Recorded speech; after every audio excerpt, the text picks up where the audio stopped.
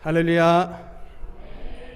오늘 예배에 참석하신 우리 모든 능력교회 권속들에게 성령의 임재하심으로 말미암아 우리 이사야 선지자에게 주셨던 그 약속, 재 대신 화관을, 슬픔 대신 희락을, 근심 대신 찬송의 옷으로 여러분에게 새롭게 입히시는 진정한 위로와 평강이 여러분의 심령 가운데 함께 하시기를 주님 이름으로 축원합니다.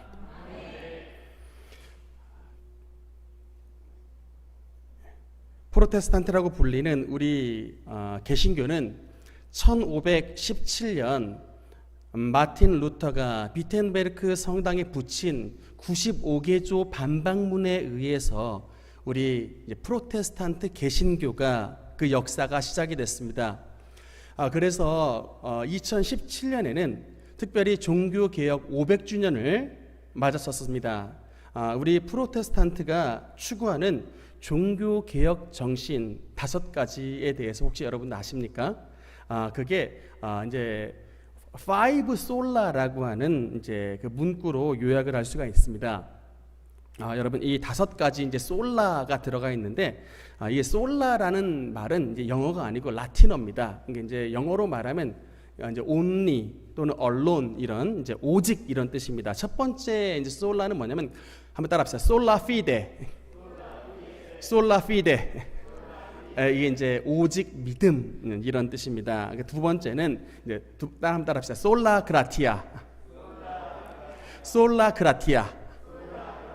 말이 좀 어렵습니다만 저와 성이 같은 서씨 코미디언 분이 예전에 이제 코미디언 하시다가 나중에 전향하셔가지고 이제 목사님이 되셨는데 그분 그 서목사님께서 개척하셨던 교회 이름이 솔라 그라티아 교회더라고요. 이제 오직 은혜 교회.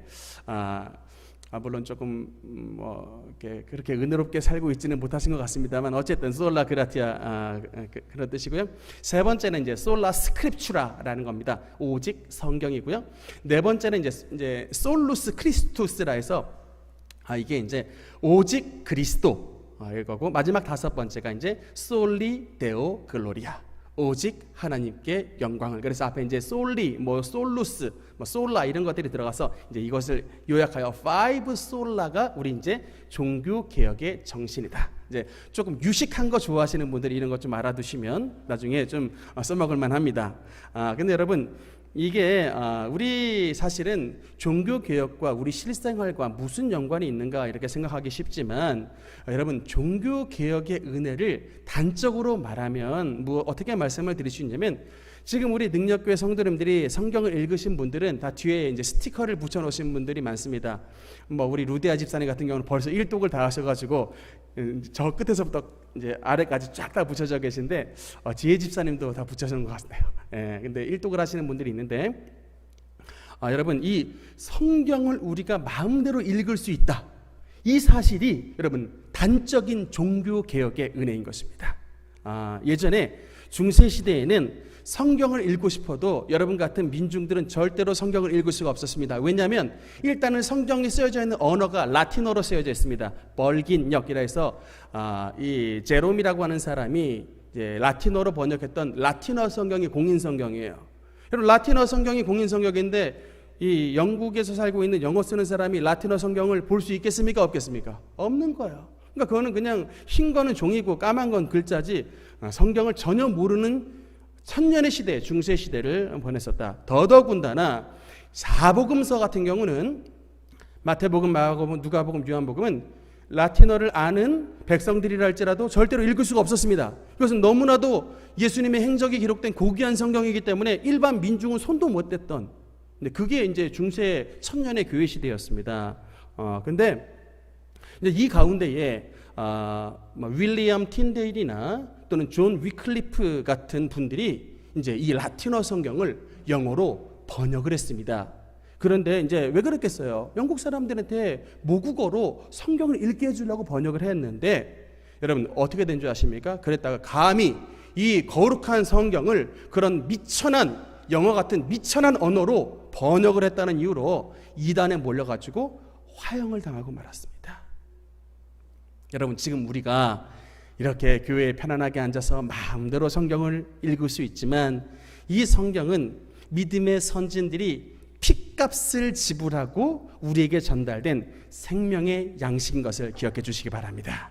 여러분, 이 하나님의 말씀인 성경을 그러므로 우리가 더욱더 사랑하고 이 하나님의 성경 말씀을 삶의 표준으로 삼는 저와 여러분 되시기를 주님 이름으로 축원합니다.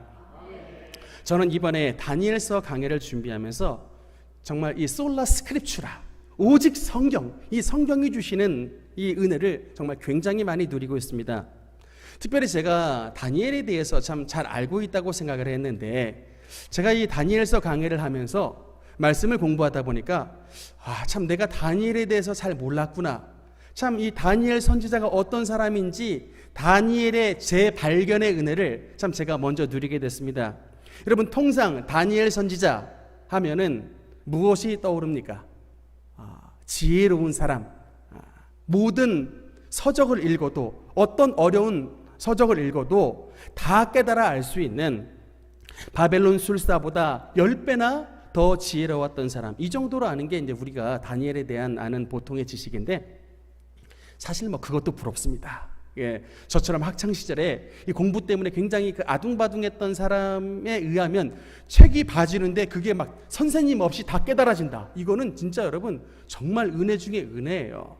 근데 그것도 부럽지만 여러분, 우리가 그냥 얼핏 생각하는 다니엘이 지혜롭고 총명하고 똑똑했기 때문에 이 바벨론 땅에서 참 하나님이 주시는 승리를 거머쥐었다, 이렇게 생각하기 쉽지만 여러분, 그거 진짜 오산입니다.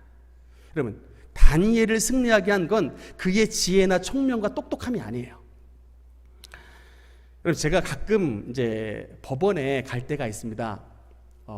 제가 이제 우리 뭐 여러 성도님들이 제가 이제 법대 나왔다는 이유로 좀 어려운 일을 당하면 저에게 이제 법을 좀 부탁을 할 때가 있는데, 이 보안 검색대를 지나가면 굉장히 재밌는 일이 있어요. 그 앞에 딱 서면은 그 법원 보안 검색대 직원이 저한테 딱 하는 말이, 변호사님 이리로 오십시오. 그래요. 그러면 제가 순간 당황해서 저 변호사 아닙니다. 그러면은 이제 제가 든 서류 가방을 보안 검색대 위에 올려놓는 거예요.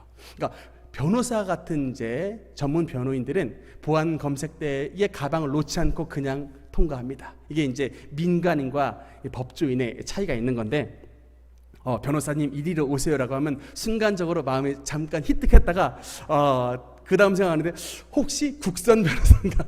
제가 그렇게 다시 한번 뭐 돌이켜 보긴 합니다만, 뭐 어쨌든 그들이 보기에 좀 그렇게 변호사님 이리로 오세요라고 말을 하면 순간적으로는 기분이 좀 좋아지곤 합니다. 여러분, 근데 제가 그 법을 다루는 세상 속에 가끔 들어가 보면 이 법의 세계에는 여러분 이 사실이 중요한 게 아니에요. 진짜 여러분, 요새 뭐 그 의대생 정민이 한강에서 죽은 사건 때문에 지금 전 국민이 지금 굉장히 유심히 보고 있습니다만, 여러분, 법은 사실이 중요한 게 아닙니다. 그 사실을 뒷받침하는 증거가 제일 중요한 겁니다. 아무리 팩트여도, 아무리 사실이어도 그게 증거가 뒷받침이 안 되면 그거는 아무런 사실로서의 의미가 없어요. 이게 여러분 법의 비극입니다. 그래서 법은요, 그 증거와 그 증거를 꿰어 맞추는 논리가 굉장히 중요합니다. 그러니까 여러분, 이 세계는 사실상 돈 많고 논리력 세우고 유명한 변호사를 잘 대동하고 말 잘하는 변호사 탁 세우면 그건 굉장히 유리한 거고요. 반대로 참 돈 없고 또 앞에서 말 못하고 또 이게 좀 어리버리한 사람들은 참 법에 있어서는 여러분 사실이 어떻든 간에 굉장히 불리합니다. 참 이 대한민국에서 가장 똑똑하다고 하는 사람들이 모인 곳이 이게 법의 판인데, 참 여러분, 제가 그곳에 여러 번 다녀옵니다만 그곳에는 진짜 정의보다는 제가 보기에는 불의가 더욱더 판을 칠 때가 많습니다. 불의가 돈의 이름으로 잡아먹히고 이제 아무리 큰 죄를 졌어도 그 죄를 무죄 만들어주는 변호사는 최고 변호사고, 참 이런 논리가 적용이 되는 곳, 여러분 제일 똑똑한 곳인데 그런 불법이 성행하고 있습니다. 똑똑하다고, 지혜롭고 총명하다고, 좋은 대학 나왔다고, 법대 나왔다고 하나님께 가까이 나가는 것 절대로 아닙니다. 도리어 스스로 속이는 수가 너무나도 많다. 여러분, 다니엘의 지성은 덤으로 얻은 은혜지 진짜 다니엘이 세상을 이긴 믿음의 비결은 지성이 아니라 그의 영성이었던 것입니다. 여기에 대한 강력한 증거가 오늘 본문 2절에 나와 있습니다. 우리 2절 말씀 한번 같이 읽어보도록 하겠습니다. 시작. 내가 환상을 보았는데 내가 그것을 볼 때 내 몸은 엘람 지방 수산성에 있었고 내가 환상을 보기는 을레 강변에서이니라. 아멘. 참 이 말씀 여러분 그냥 읽고 넘어가는 분들이 아마 많겠지만 여러분 이건 굉장히 특이한 말씀입니다. 지금 이제 이 벨사살 3년 때의 다니엘의 나이는 대략 80세가 넘은 어르신이었습니다. 청년의 때에 포로로 끌려왔던 다니엘이 어느새 이제 80세 어르신이 됐는데 증언하기를 다니엘은 바벨론 왕궁에 있었던 사람인데 말하기를 뭐라 그러냐, 내가 지금 환상을 봤는데 그것을 볼 때에 환상을 볼 때 내 몸이 어디에 있었다? 엘람 지방 수산성에 있었다. 여러분이 지명을 몰라서 그렇지 엘람도 수산성라고 하면 에스더서를 읽었던 사람은 수산 이거 어디예요? 에스더가 왕궁에 있었던 페르시아 지역이 바로 수산성이었습니다. 그러니까 지금 뭐예요? 이 환상을 봤던 다니엘이 실질적으로 그의 육체는 바벨론 왕궁에 있었지만 그의 영적인 몸이 빠져나가서 지금 바벨론에서 400km 떨어졌던 엘람 지방 수산성에 그 환상을 받고 그 환상을 받던 지역은 수산성 바로 흘렀던 강인 을레 강변이니라. 그러니까 이게 지명을 그래서 여러분이 조금 아셔야 되거든요. 근데 어쨌든 여러분 이게 이제 이런 말씀이 증언이 되어 있습니다. 그러니까 여러분 뭐예요? 이른바 다니엘이 이제 우리의 용어대로 말하면 입신 체험을 했던 것입니다. 여러분 입신 체험이라는 단어 들어보셨습니까? 몸이 일순간 영혼에서 빠져나와 신비한 체험을 하고 특히 하나님이 보여주시는 천국에 다녀오거나 또는 하나님이 보여주시는 지옥에 다녀오거나 또는 하나님이 주시는 계시를 받거나 이게 바로 이제 입신 체험인데 다니엘이 특별한 이런 입신 체험을 했다. 저와 여러분도 입신 체험하는 날이 옵니다. 반드시 한 번은 와요. 몸과 영혼이 분리되는 때, 입신 체험을 하는 때, 그때가 언제입니까? 죽을 때입니다. 우리도 한 번은 해요. 우리도 이제 죽을 때 우리의 육체와 우리의 영혼이 분리되어 하나님 나라에 가는 그런 입신 체험을 여러분이나 저나 한 번은 하는데 죽을 때 하는 것이 아니라 살아 생전에 입신 체험을 했던 성경에 여러 인물들이 있습니다. 그 중에 대표적인 사람이 누구냐? 사도 바울입니다. 여러분 나중에 집에 가서 고린도 후서 12장을 눈을 크게 뜨고 한번 읽어보시면 사도 바울이 고백하기를 내 몸과 내 영혼이 분리가 되어 내 영혼이 하나님 나라의 셋째 하늘에 갔다 와서 사람이 가히 말로 표현할 수 없는 어마어마한 것을 보고 왔노라라고 기록을 해놨습니다. 고린도 후서 12장은 사도 바울의 입신장입니다. 어떤 분들은 막 입신 이런 거 얘기하면 아이고 무슨 이단 났네 막 이런 얘기를 하는데 여러분 만약에 입신이 이단이라면 사도 바울은 이단의 괴수입니다. 그리고 또 몸은 반모섬에 있었지만 영혼이 빠져나와서 하늘의 놀라운 계시를 보고 왔던 사도 요한은 또한 그 역시 이단의 괴수입니다. 여러분 그래서 성경적으로 말하면 이 입신은 하나님의 성령께서 이끌어 주시는 놀라운 은혜 체험이지 결코 이단들을 운운할 수 있는 그런 용어가 아니다. 하나님의 은혜의 세계에 더욱더 깊이 들어간 사람은 이런 영적인 체험을 합니다. 안타깝게도 제가 서목사가 환상을 자주 보는데 아직까지는 제가 입신 체험을 하지 못했습니다. 이게 영적인 그레이드가 조금 못 미쳤나 봐요. 조금 더 기도를 하면 언젠가는 하나님께서 서목사에게도 하나님의 놀라운 계시와 이게 영적으로 하나님 나라를 볼 수 있는 또는 지옥의 이런 정경도 한번 체험할 수 있는 그런 은혜를 주시지 않을까 하나님 앞에 지금도 기도하고 있습니다. 여러분 그 잘 알려진 인물들 가운데 인도의 썬다싱이라고 하는 분이 계십니다. 여러분 이분 별명이 성자예요. 세인트. 얼마나 착하게 살았는지 별명이 성자입니다.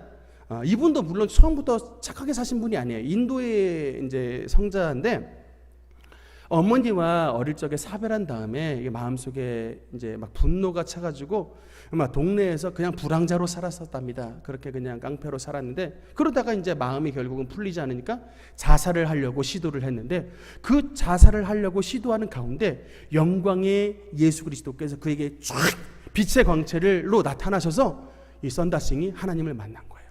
그때서부터 이제 어거스틴처럼 탕자 썬다싱이 아니라 성자 썬다싱으로 완전히 바뀌는 이런 이제 은혜를 누리게 되는데, 특별히 이 썬다싱은 하나님 나라에 영적으로 다녀오는 이런 입신 체험을 굉장히 많이 했답니다. 우리 능력교회 어르신들 많으니까 이 죽음에 대한 이 썬다싱의 이 간증을 한번 들어보세요. 제일 기억에 남는 글인데, 사람이 죽으면은 여러분 죽었다는 사실을 우리는 다 알 것 같은데, 이 썬다싱의 영적 체험에 의하면 사람이 죽어도 사람이 죽은 줄을 대다수가 모른답니다. 왜냐하면 사람이 죽었을 때의 느낌은 꼭 잠에서 깨어난 것 같은 그런 느낌으로 깨어났기 때문에, 심지어는 어떤 사람은 죽은 지 며칠이 지났는데도 자기가 죽었다는 사실을 인정을 안 하는 사람도 있답니다. 그냥 잠자다가 일어나는 이제 그런 현상으로 나타나는데, 믿는 자들이 죽었을 때는 정말 하늘의 천사가 온대요. 또 어떤 경우는 아마도 제가 보기에는 예수님을 위해서 참 그 희생을 많이 치른 사람들 같은 경우는 심지어 예수님이 직접 그 영혼을 받으러 올 때도 있답니다. 우리 목사님의 그 은사 되시는 이복단 권사님께서 돌아가셨을 때 그 장례식장에서 자녀들이 물어봤어요. 엄마 지금 예수님 모셨어? 그냥 말은 못 하시니까 고개 절레절레 했는데, 근데 그러면 엄마 지금 예수님 모셨어? 그러면 천사들 오셨어? 라고 물어봤더니 오셨다고. 천사가 지금 받들러 오셨다고. 이게 실제로 이렇게 체험을 합니다. 돌아가시기 전에. 그런데 여러분, 그 예수님을 믿지 않았던 불신자들의 경우는 죽고 났을 때에 자기를 지옥에 들어가기 위해 그 서 있는 그 지옥 사자들, 그 귀신들, 악한 영의 존재를 보고 온 몸이 그냥 얼어버린답니다. 완전히 얼어버린답니다. 그래서 어떻게든 지옥 안 가려고 막 이제 발버둥을 치는데, 이분의 경험으로 이제 자기는 천국 가겠다고 막 천국으로 도망을 치는 영혼들이 있대요. 자기는 곧 죽어도 그래도 뭐 예수라는 단어를 좀 아시는 분도 계실 테니까 천국으로 막 도망치는 분들이 있는데, 그 천국 문 앞에 딱 서는 순간에 여러분, 예수님의 그 보좌에서 나오는 그 빛의 광채가 쫙 비치는데, 그 천국으로 도망간 영혼이 그 영혼의 그동안 지상에서 행했던 그런 모든 추악한 과거가 하나님의 빛의 영광의 광채에 쫙 그냥 드러나는 순간, 도무지 그 영혼이 그 천국에서 견딜 수가 없답니다. 그 부끄러움과 그 추악한 과거들이 막 진상이 막 까발려지니까 결국은 견디지 못하고 스스로 그 어두운 지옥으로 뛰어들게 된다. 참 이런 간증을 썬다싱이 남겨놨던 것입니다. 여러분, 그래서 언제라도 예수님을 믿는 사람의 가장 중요한 첫 번째 기도는 뭐냐? 회개입니다. 여러분, 우리는 다른 어떤 기도 안 해도 좋습니다. 그러나 여러분, 반드시 하루를 마감할 때, 특히 어르신들 밤에 주무시기 직전에 반드시 그날 하루를 되돌아보는 회개의 기도를 주님 앞에 드려야 됩니다. 왜냐하면 행여나 그런 일들 없어야 되지만 다음날 아침에 눈을 못 뜨는 일이 생길 수 있기 때문입니다.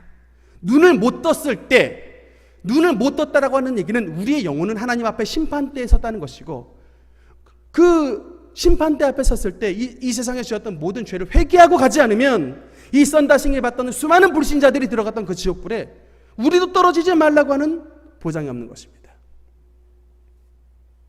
여러분, 우리가 죄를 져서 지옥에 가는 게 아니라 지은 죄를 회개하지 않기 때문에 지옥에 가는 것입니다. 예수님은 우리에게 70번씩 7번이라도 용서해 주라고 했습니다. 우리에게 용서를 말씀하신 그 예수님이 우리가 주님 앞에 잘못했습니다라고 고백했을 때 70번씩 7번 용서해 주지 않겠습니까?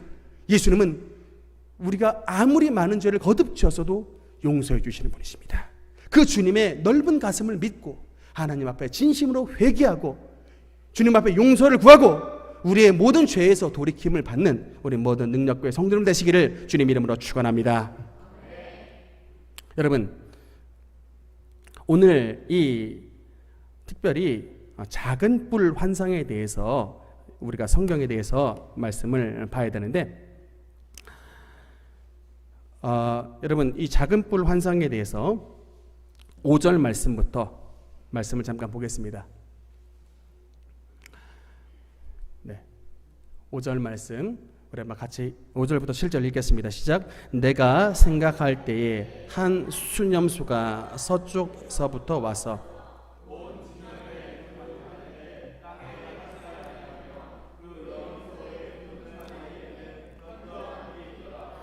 그것이 두 뿔 가진 순양 곧 내가 본 바 강가에 섰던 양에게로 나아가되 분노한 힘으로 그것에게로 다가가더니 내가 본즉 이어서 보겠습니다. 내가 본즉 순양에게로 나서 더욱 성내어 그 순양을 쳐서 그 두 뿔을 꺾으나 순양에게는 그것을 대적할 힘이 없으므로 그것이 순양을 땅에 떨어뜨리고 짓밟았으나 순양을 그 손에서 벗어나게 할 자가 없었더라. 아멘. 이게 여러분 다니엘서의 별칭이 구약의 계시록이라고 하는 별칭이 있습니다. 여러분 계시록을 읽어보신 분 알겠지만 계시록을 읽기가 쉽지가 않습니다. 왜냐하면 계시록은 굉장히 많은 상징물로 나타나기 때문에 그 상징을 해석하고 이해하기가 굉장히 어렵습니다. 그런데 이 다니엘서를 구약의 계시록이라고 말하는 이유는 마치 요한계시록처럼 이 다니엘서 7장 이후에 특별히 오늘 본문 8장에 보면 수많은 상징물이 나오기 때문에 이 상징물을 이해하기가 굉장히 어렵기 때문에 그렇습니다. 그런데 이제 오늘 이제 다니엘서 8장에 나와 있는 환상은 숫양과 숫염소의 이제 환상입니다. 이 그림으로 잠깐 보면요, 이렇게 숫양과 숫염소의 환상을 보는데 다니엘이 을레 강변에서 본 환상이 바로 이제 숫양과 숫염소의 환상인데 결론부터 말씀을 드리면 숫양은 페르시아를 이제 상징하는 이 상징물이고 숫염소는 헬라 제국을 상징하는 이제 상징물입니다. 근데 여러분 지난번 그 다니엘서 7장에 보면 네 짐승에 대해서 나왔던 것을 아마 말씀을 들었던 분 기억할 것입니다. 바벨론을 상징했던 짐승이 뭐였어요? 첫째로 사자, 그 다음에 메데 페르시아를 상징했던 동물이 뭐였어요? 곰. 그 다음에 세 번째 헬라 제국을 상징했던 세 번째 동물이 표범. 그렇죠. 그 다음 네 번째 로마 제국을 상징했던 동물이 큰 무섭고 위협스러운 짐승이었다. 이렇게 말씀이 나오는데 지금 오늘 본문에 다니엘서 8장에 보니까 그 곰과 표범으로 나타났던 7장에서는 곰과 표범으로 나타났던 메데 페르시아 제국과 이 헬라 제국이 이제는 숫양과 숫염소로 나왔습니다. 여러분 이 차이가 도대체 뭘까요? 참 말씀을 보면서 굉장히 큰 은혜를 받았습니다. 여러분 이 다니엘서가 기록된 건 두 개의 언어로 기록이 됐습니다. 그런데 다니엘서 7장까지는 2장부터 7장까지는 어떤 언어로 기록이 되어 있었냐면 당시에 바벨론의 세계 공용어였던 아람어로 기록이 됐습니다. 아람어로 기록됐다가 다니엘서 8장에 이르러서는 이게 뭐로 기록이 됐냐면 다시 다니엘의 언어인 히브리어로 기록이 됐어요. 이게 언어가 바뀝니다. 그러니까 여러분 이게 우리가 뭘 할 수 있냐면 이 세상의 관점, 아람어, 세상의 관점으로 봤을 때 헬라와 여러분 메데 페르시아는 곰과 표범과 같은 어마어마한 짐승이고 당해낼 수 없는 그런 어마어마한 존재입니다. 그러나 여러분 히브리적 관점, 히브리어 하나님의 관점으로 봤을 때 이 세상에 있는 곰과 여러분 표범과 같은 존재는 거대한 상대 못할 짐승이 아니라 뭐라고요? 그냥 순양과 숫염소에 불과한 연약한 존재라고 하는 것입니다. 우리의 눈에는 당해낼 수 없는 곰과 표범과 같은 어마어마한 존재지만 세상 사람들은 그렇게 보지만 히브리적 관점, 하나님의 눈에 봤을 때 세상은 그냥 연약한 숫양과 숫염소에 불과하다고 하나님은 우리에게 말씀해 주시고 있는 것입니다. 주님을 믿는 저와 여러분은 그러므로 하나님의 능력으로 말미암아 세상을 능히 감당할 힘을 우리에게 공급해 주시는 것입니다. 그런데 이 첫 번째 나와 있는 여러분 숫양은 이게 이제 공격을 당하는 이제 흰색 순양인데 이게 곰으로 상징됐던 페르시아 제국인데 결국에는 이 페르시아 제국이 누구에게 공격을 받냐면 지금 이 그림 가운데 나와 있는 이 숫염소 가운데 뿔이 이렇게 튀어나와 있는 숫염소에게 공격을 받게 된다. 그럼 이거는 지금 역사상에 지금 일어난 일이 아니고 미리 이제 다니엘이 바벨론 시대에 살고 있는 다니엘이 미리 예언으로 보는 겁니다. 근데 이 튀어나와 있는 이 염소의 뿔, 이 존재가 뭐냐면 바로 알렉산더 대제인 겁니다. 알렉산더 대제. 이 뿔에 의해서 결국에는 숫 양이 완전히 제압을 당하게 되고, 그 다음에 말씀을 보니까 그 다음 이 말씀을 보니까 8절에 한번 같이 읽겠습니다. 시작. 숫 염소가 스스로 심히 강대하여 가더니 강성할 때에 그 뿔이 꺾이고 대신 현저한 뿔 넷이 하늘 사방을 향하여 났더라. 그래서 이것에 대한 예언은 뭐냐면 그 현저한 뿔이 꺾이게 된다. 즉 알렉산더가 죽게 된다는 것입니다. 이 성경의 예언처럼 알렉산더는 세계 정복을 한 지 10년 만에 결국에는 이 바벨론 땅에서 열병에 걸려서 32살의 나이에 일찍 묘절을 하게 됩니다. 여러분, 알렉산더 대제가 헬라어를 이제 보급을 해가지고 나중에 헬라어가 이제 세계 공용어가 되게 되는데, 알렉산더 대제에게는 아주 어렸던 아들 2명이 있었다고 해요. 그런데 여러분, 이 권력의 속성이 얼마나 잔인한지, 그 대왕 알렉산더의 아들 2명이 있었음에도 불구하고 그 아들 2명이 다 어떻게 되느냐? 암살당합니다. 누구에게 암살당해요? 이 4명의 휘하의 장군들에게 암살을 당하고 합니다. 그래서 네 뿔이 현저하게 났더라라고 하는 것은 이제 알렉산더와 함께 세계를 정복했던 4명의 장군인데, 이 알렉산더 대왕이 죽고 나니까 이 4명이 갑자기 마음속에 탐심이 생겨가지고 알렉산더의 아들에게 제국을 물려주는 게 아니라 내가 왕이 되겠다 해가지고 나라를 4개로 쪼개어 나눠버리게 됩니다. 그래서 나중에 이제 이 알렉산더가 죽고 난 다음에 헬라 제국이 분열을 하게 되는데, 참고로 알아두시면 됩니다.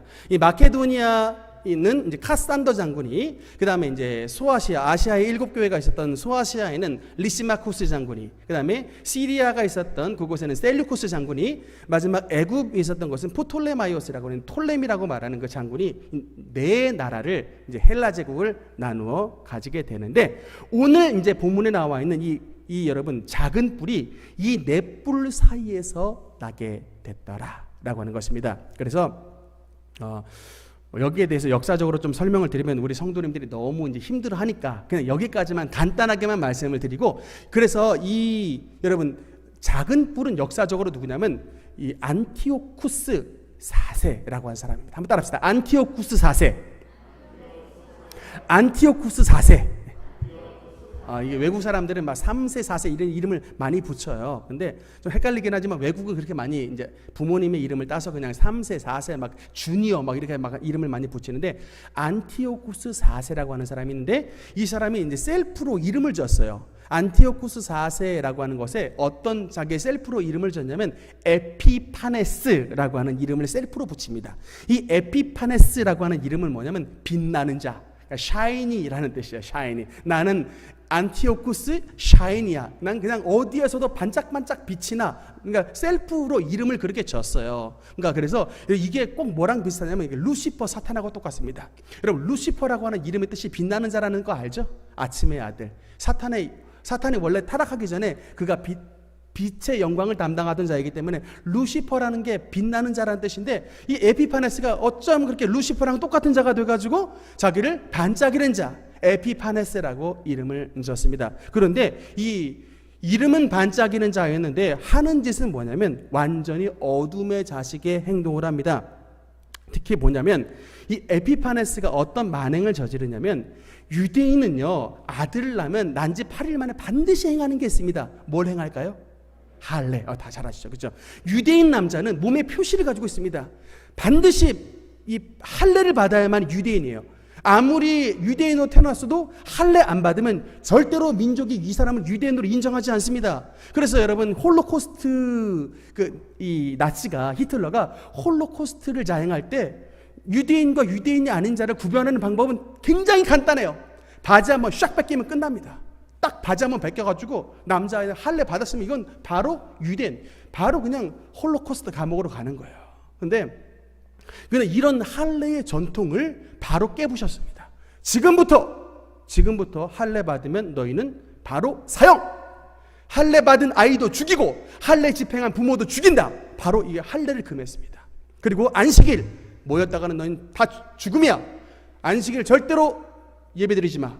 안식일을 폐하고 할례를 없애고 특별히 이 시기에 하나님 앞에 드렸던 이 제사를 폐해버렸던 것입니다. 그래서 이 10절의 말씀에 보면은 여러분 그것이 하늘 군대에 미칠 만큼 커졌다라고 말씀이 나오는데, 여러분 이건 영적인 세계를 얘기하는 겁니다. 여러분, 그러니까 제가 항상 지금 이 코로나 때문에 여러분들에게 굉장히 말씀을 드리고 싶은데, 여러분 코로나와 또 교회와 우리의 신앙생활 이런 거 아무런 연관이 없을 것 같죠? 내가 교회 몇 번 간다 한들 이게 우리의 영계에 무슨 영향을 미칠 것이며, 내가 교회 안 나간다 한들 이게 무슨 영계에 영향이 미치겠는가, 이렇게 생각하기 쉽죠. 여러분 진짜 오산입니다. 제가 말씀드렸잖아요. 다니엘서를 읽으면서 영적인 눈이 더욱더 크게 떠졌다고. 여러분 이 하늘 군대에 미쳤다는 얘기는 이 악의 세력이 하나님의 천사의 진까지 덮쳤다는 얘기예요. 하늘 군대에게까지 악의 세력이 도전을 했다는 얘기입니다. 왜 그럴까요? 하나님의 성소가 폐해졌기 때문에 그렇습니다. 하나님 앞에 드렸던 예배를 못 드리고 하나님 앞에 드렸던 율법을 안 지키니까, 성소가 무너지니까 교회가 완전히 성전이 무너지니까 성도들의 삶도 완전히 무너지게 되고, 그 무너짐이 하늘의 영계까지 닿았다는 얘기입니다. 여러분 무슨 얘기를 드리고 싶냐면, 지금 우리가 대다수의 지금 한국 교회가요 코로나 때문에 문을 닫고 있습니다. 그냥 이게 안 모이는 게 이 나라에 도움을 준다라고 생각을 해가지고 여러분 그냥 교회들이 다 그냥 개점 휴업 상태가 됐습니다. 물론 우리도 정부 방역의 지침에 따라서 마스크 잘 매고 사회적 거리두기 하고 손 깨끗하게 씻고 해야 되지만, 여러분 무조건 교회 안 간다고 하는 게 여러분 정말 능사가 아니에요. 지금 제가 실질적으로 들었는데, 온라인 비대면 예배를 드릴 때 성도들의 태도가 대부분 제일 처음에는 그래도 이렇게 좀 곧잡아 예배를 드리려고 했다가 나중에는 이게 어떻게 바뀌는 거니, 그냥 잠옷바람에 텔레비 앞에 앉아가지고 눈곱도 안 떼고 커피 한 잔 들고 그렇게 예배를 드리는 이런 성도들이 지금 부지기수라는 거예요. 그러니까 텔레비 기독교 방송 보듯이 예배를 그냥 그렇게 드리니까 머리에 매무새도 만지지 않고 옷도 제대로 갖춰 입지도 않고 커피 한 잔 들면서 이게 그냥 텔레비 프로 보듯이 해놓고 이게 예배를 드렸다라고 넘어가 버리는 거예요. 여러분 이렇게 지금 신앙생활을 1년 넘게 거의 2년 가까이 하고 있으니 우리의 성도들의 영적인 기초 체력들이 지금 어떻게 되고 있겠습니까? 과연 코로나가 끝나고 났을 때 우리가 하나님 앞에 다시 으쌰으쌰 하겠습니다. 여러분 이게 되겠어요? 운동도 여러분 한 달만 쉬어보세요. 운동 잘 안 돼요. 여러분 신앙생활도 2년을 쉬었는데 이게 갑자기 잘 되겠습니까? 여러분 진짜 여러분 크게 생각하셔야 돼요. 그런데 우리가 이 예배를 안 드리니까 성경에 보니까 이 하늘의 군대에게까지 악의 영들이 다 달하는 거예요. 하나님의 이 천사들이 힘을 못 쓰고 있는 거예요. 지금 주의 성도들이 기도를 안 하니까. 그러니까는 온 세상이 더욱더 지금 악의 악으로 판치고 있는 것 아니겠습니까? 악의 악으로 환난에 환난을 더하고 징계에 징계를 더하고 고난에 고난을 더하고 계속된 악의 사이클 속에 나라가 지금 회복이 되지 못하는 거예요. 대한민국 나라가 어떻게 해서 이렇게 부자가 됐는데, 여러분 이 대한민국의 여러분 기초 파운데이션은 자유민주주의와 기독교입니다. 대한민국의 기독교가 들어와서 이 땅은 저주의 땅에서 축복의 나라로 바뀌게 된 것입니다. 기독교의 역사와 여러분 대한민국 번영의 역사는 정확하게 일치합니다. 근데 지금 기독교가 사그러들고 있어요. 그런데도 지금 대한민국이 잘 살고 있다라고 생각하는 사람 진짜 오산입니다. 제가 여러분께 말씀드리죠. 하나님의 징계가 지금 준비가 되어 있고, 여러분 장차 IMF보다 훨씬 더 큰 경제적 위기가 실제 우리 앞에 놓여 있다고 여러분 깨어 있으셔야 돼요. 여러분이 그 치명타를 당하지 않기 위해서는 여러분은 그 가운데서도 다니엘처럼 바벨론 왕궁에 살지만 그 가운데서 기도했던 다니엘처럼 여러분은 여러분 가정 가운데 깨어있는 하나님의 사람이 되어야 되는 것입니다. 그래야 여러분 그 악이 침노하지 못하는 거예요. 여러분 지금 북한의 지하교회 또 이 이스라엘 가운데에 예수님을 믿는 메시아닉 주 유대인들은 지금도 여러분 그들도 회당에 못 모입니다. 여러분 북한 사람들이 지하교회에서 지금 대놓고 찬송하겠어요? 그러다간 바로 아우지탕만 갑니다. 그런데도 여러분 그 가운데 그들은 어떻게 신앙을 유지하고 있느냐? 말소리 못 내도, 진짜 마스크 쓴 것 같이 말소리 못 내도 막 마음으로 쥐어짜서 찬양하고 마음으로 쥐어짜서 기도하고, 여러분 그냥 이 가운데서도 예수님을 믿는 그 은혜에 찬양하고 예배드리는 그런 북한 성도와 메시아닉 주들이 실제 지금 이 시간에도 예배를 드리고 있습니다. 그러니까 지금 우리가 이렇게 잘 먹고 잘 사는 주님의 은혜를 누리고 있는데 여러분 이 은혜 언제 빼앗길지 모릅니다. 이거 지켜야 되는 거예요. 저는 여러분께 정말 간절히 간청을 드리고 싶습니다. 우리 특별히 어르신들 자녀들에게 유산 물려주고 싶어 하죠.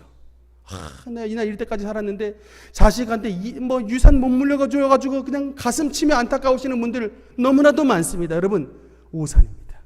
여러분 여러분의 자녀들은 여러분이 유산을 물려주지 않아도 살아갈 수 있습니다.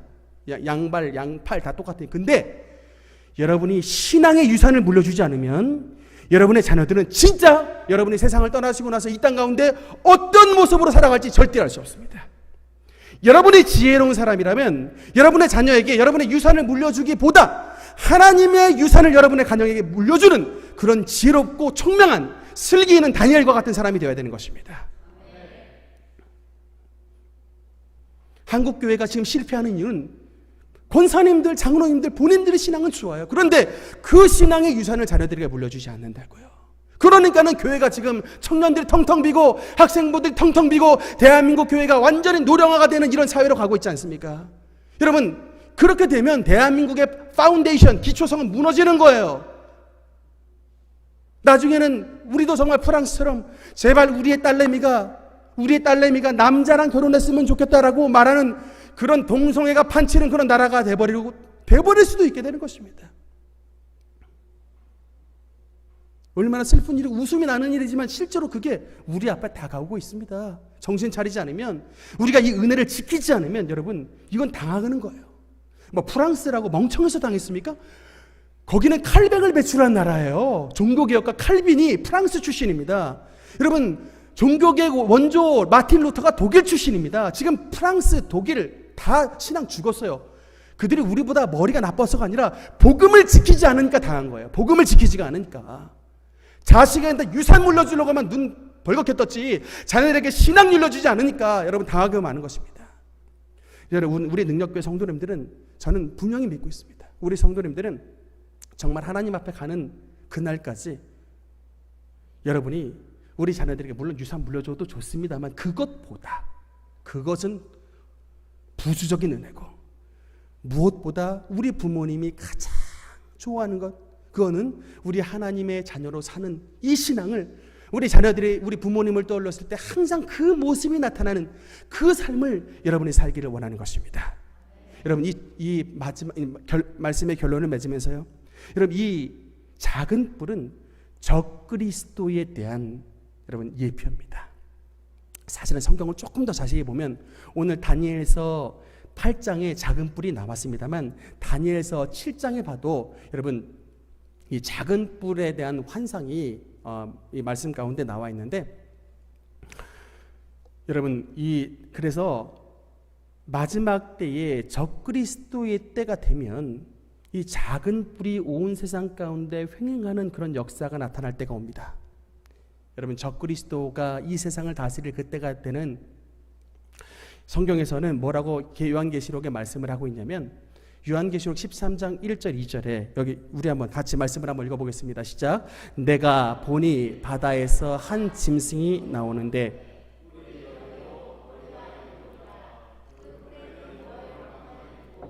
그 머리들에는 신성 모독하는 이름들이 있더라. 내가 본 짐승은 표범과 비슷하고 발은 곰의 같고 그 입은 사자의 입 같은데 용이 자기의 능력과 보조와 큰 권세를 그에게 주었더라. 아멘. 다니엘서 7장을 공부한 사람은 이 여기에 나와 있는 이 마지막 때 요한계시록 13장에 나오는 이 마지막 때 적그리스도의 이 짐승의 표의 상징이 요한계시록 7장과 정확하게 들어맞는다는 사실을 알게 됩니다. 헬라 제국으로 상징했던 표범이 있죠. 표범의 몸 같고 또 메데파사 제국을 상징했던 이 곰의 발 같고 또 바벨론 제국을 상징했던 사자의 입 같고 또 로마 제국을 상징했던 이 짐승, 이 용이 이제 다니엘이 봤을 때는 각각의 짐승들이 이제 시대별로 나왔지만 여러분 마지막 때 요한계시록 13장의 시대에 오면 그 모든 짐승들이 하나로 들어가 있는 사자의 입, 표범의 몸, 곰의 발, 또 용의 권세를 가진 이 제국이 천하에 등장하게 되는데 그 제국의 이름이 뭐다? 적그리스도의 제국이고 그 제국의 왕이 누구다? 적그리스도라는 것입니다. 그리고 여러분 그 시기 때는 적그리스도가 세상을 통치하는 시기에는 표가 바로 666이라고 하는 표를 받게 됩니다. 제가 최근에 666 표를 검색하면서 인터넷에 쳤더니 여러분 햄버거 가운데 666 햄버거가 나왔어요. 제가 깜짝 놀랐습니다. 666 햄버거가 삼성에도 있더라고요. 근데 그래서 이게 혹시 이게 관련이 있는가라고 한번 쳐봤더니 그냥 뭐 재미로 한 거예요. 이게 마귀가 햄버거 딱 들고 있습니다. 그래서 그냥 사탄 맛이 나는 그런 햄버거라고 뭐 이제 요새 말세가 되면 이게 자극을 계속해서 심하게 줘야 되나 봐요. 막 노래를 불러도 막 루시퍼 노래를 부르지 않나? 햄버거 이름을 줘도 666이라고 짓지 않나? 참 이게 말세인데 저는 거저 줘도 이게 이 햄버거를 먹기 싫을 것 같아요. 666표가 되어 있는 햄버거를 너무 이게 참 기분이 나쁠 것 같은데 물론 그게 짐승의 표는 아닙니다만 여러분 마지막 때가 되면 이 666 짐승의 표를 갖지 않은 사람들은 전부 적그리스도의 통치 아래서 마치 히틀러의 치하에 살았던 유태인들이 당했던 홀로코스트의 그것보다 훨씬 더 강력한 환난과 고난을 당하게 된다라고 성경은 증언하고 있습니다.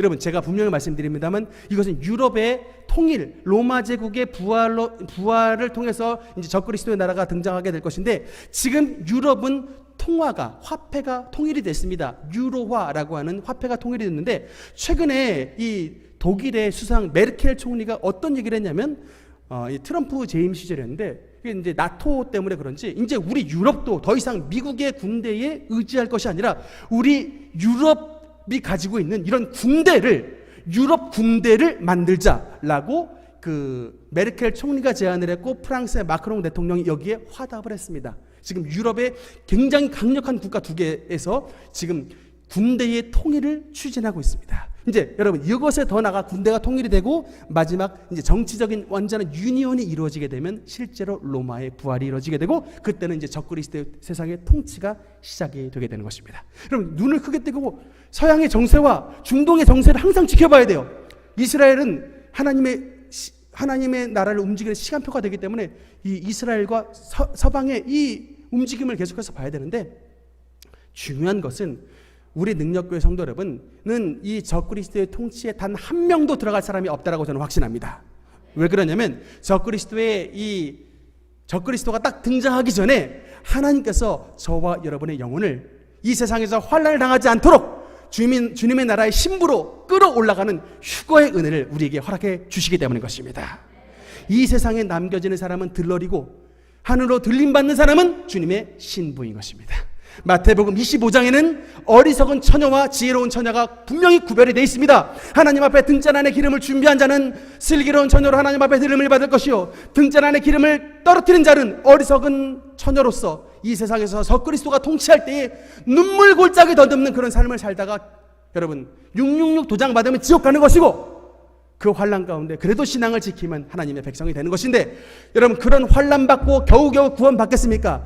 아예 환난 통과하지 않고 하나님 나라의 부름을 받는 순결한 주님의 신부로 여러분 휴거받는 은혜를 누리게 되겠습니까? 우리가 하나님 앞에 성령의 등잔 안에 기름을 준비하는 그런 슬기로운 깨어있는 자가 되면 하나님께서 반드시 이 어려운 때에 우리를 내버려 두지 아니하시고 하나님의 천국으로 저와 여러분을 들어주시고 신령한 하나님의 나라로 올려주시는 것입니다. 이 은혜를 누리는 우리 모든 능력교회 성도들 되시기를 주님의 이름으로 축원합니다.